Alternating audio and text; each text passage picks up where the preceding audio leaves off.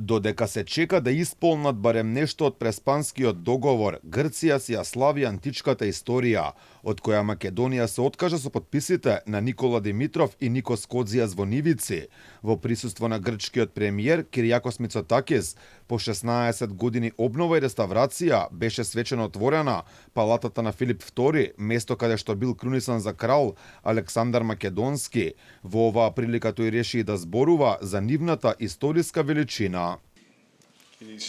Филип и Александар на свој начин биле одлични реформатори. Првиот суштински еволуирајќи архаично општество во општество со поурбани карактеристики, со заеднички унифицирани институции, а вториот создавајќи градови, интегрирајќи големи и разновидни популации во империја со невиден обем. Овој споменик, кој датира од 4 век пред нашата ера, во Грција го нарекуваат Партенон на Македонија, се простре на површина од околу 15.000 квадратни метри, а од 2007 година се работеше на одржување, поправање и реставрација. Неговото повторно отворање Мицотакис го карактеризираше како настан од светско значење и од многу широк меѓународен опсег.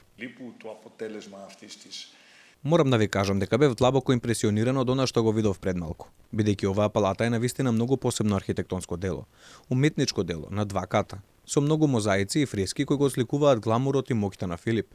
Додека Грција се уште нема исполнето, речиси ништо од Преспанскиот договор, ние исполнивме се, дури ни таблите на кои стои Фиром или Скопје, се уште не се променети со новото име на државата, а покрај промената на името со цел задоволување на официјална Атина, кај нас беа брусени шахти, се променија имиња на институции, музеи, театри. Од спомениците од античката историја беше избришено дека биле македонски, добија класификација дел од светската историја.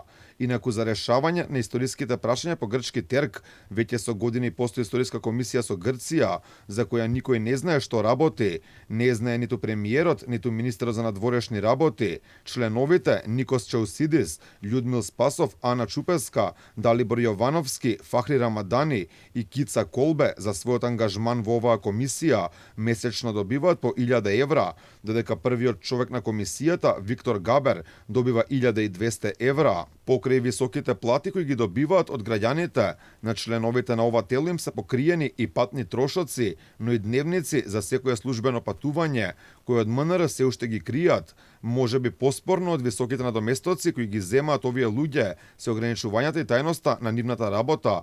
Во договорите каде покрај нивниот стои потписот на Бујар Османи, тие не смеат ништо да кажат за нивната работа.